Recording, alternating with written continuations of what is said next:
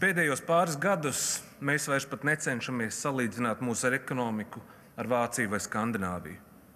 Mums kļūst aizvien sarežģītāk salīdzināties pat ar Lietuvu un Igauniju. Mēs zaudējam faktiski ikvienā rādītājā. Lietuvā IKP aug par vairāk nekā 3%. Igaunija atkopjas, bet Latvijā, citēju, optimistiski svārstamies ap 1% izaugsmi, un to saucam par stabilitāti. Kolēģi, tas nav progress. Tā ir atpalicības nostiprināšana. Viss, kas izskanēja pagājušā gada 16. maijā šeit no šīs pašas tribīnes par ekonomikas dubultošanas plāniem, ir izgaiss kā rīta rasa saulē uzlecot. Bet mēs neapstājamies pie sasniegtā. Mēs plānojam un radām jaunus dokumentus. Vēl vairāk jaunus dokumentus. Plānošanas dokumenti, rīcības plāni, kartes, prezentācijas, desmitiem, simtiem, tūkstošu ieguldītu cilvēku stundu. Skaisti formulējumi par inovācijām, transformācijām, konkurētspēju, ekonomikas zaļināšanu un tā tālāk. Bet kur ir nepieciešamā fiskālā telpa mūsu sabiedrības militārai, ekonomiskai un sociālai aizsardzībai? Kur ir šis rezultāts? Kur ir šodienas reālo vajadzību finansējums šīm visām mums tik ļoti svarīgajām lietām? Apvienotais saraksts vairāk kārt ir aicinājis pārskatām budžetu no nulles. Mēs piedāvājam sākt ar konkrētām rīcībām, likvidēt kapitāla sabiedrību padomju locekļu skaitu, likvidēt birokrātiskās kļūdas, kā piemēram klimatu un enerģētikas ministriju, kas neko nerisina, bet rada aizvien jaunu birokrātiju un jaunus ierēģņus. Mums atbilde: mēs turpināsim iesākto. Turpināsim progresēt jau iepriekš minētajā virzienā. Kolēģi, tas ir virziens, kur mēs šobrīd dodamies. Un mēs aizvien turpinam štancēt jaunus dokumentus, jaunas prasības, kontrolas mehānismus, vadlīnijas un platformas, kur kontrole par kontroli kļūst par jauno standartu. Mūsu birokrātija pieaug, bet ekonomika aizvien vairāk stagnē. Mēs zaudējam praktiski visās nozarēs. Piemēram, veselībā. Zāles ir palikušas lētākas? Nav palikušas lētākas.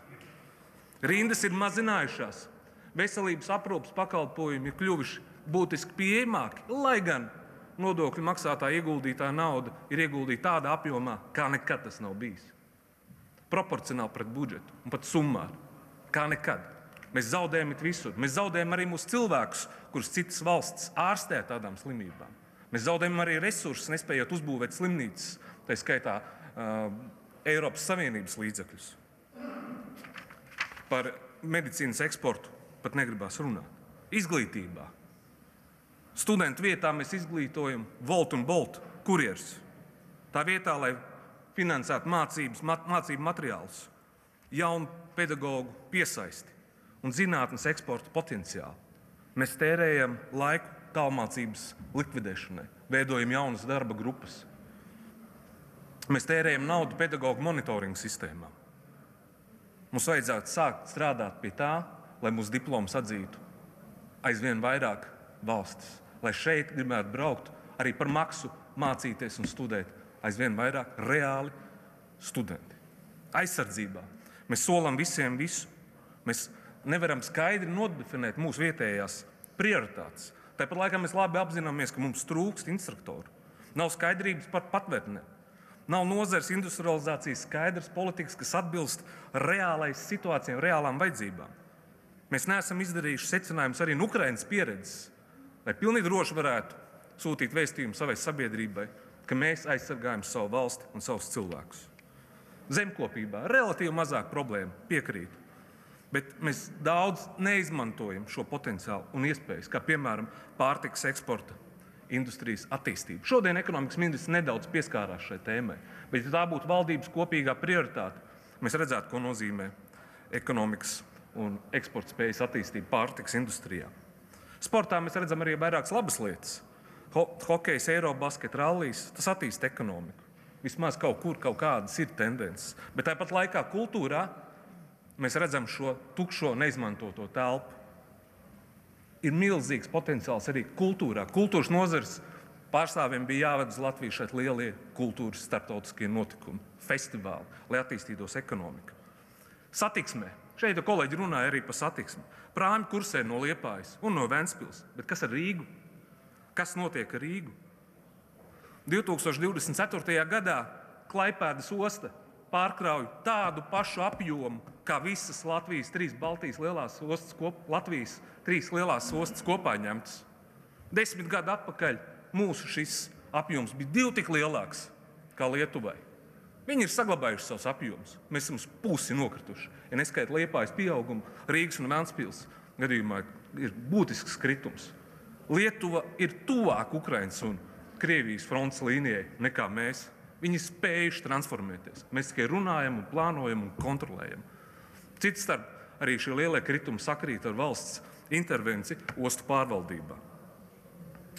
Tādēļ tā vietā, lai satiksmes ministrs atrastos regulāri komandējumos un kopā ar industrijas pārstāvjiem rastu risinājums, kā diversificēt šo tranzītu sektoru, mēs dzirdam visu pagājušo gadu, ka satiksmes ministrija prioritāte sodīt cilvēkus jau no pirmā pārsniegtā kilometra, uzstādīt jaunus radarus, sodīt un kontrolēt. Ekonomika krīt.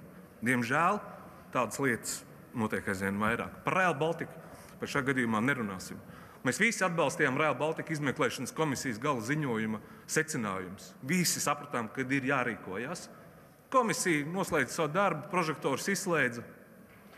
Kas tālāk? Viss klusums, viss mierīgi, tā kā nekas nebūtu bijis.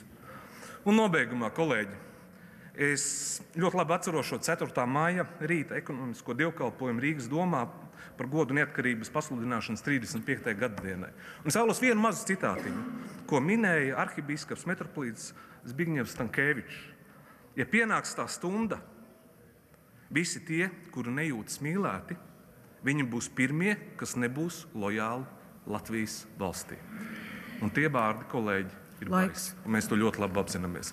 Vēl ir laiks rīkoties. Paldies!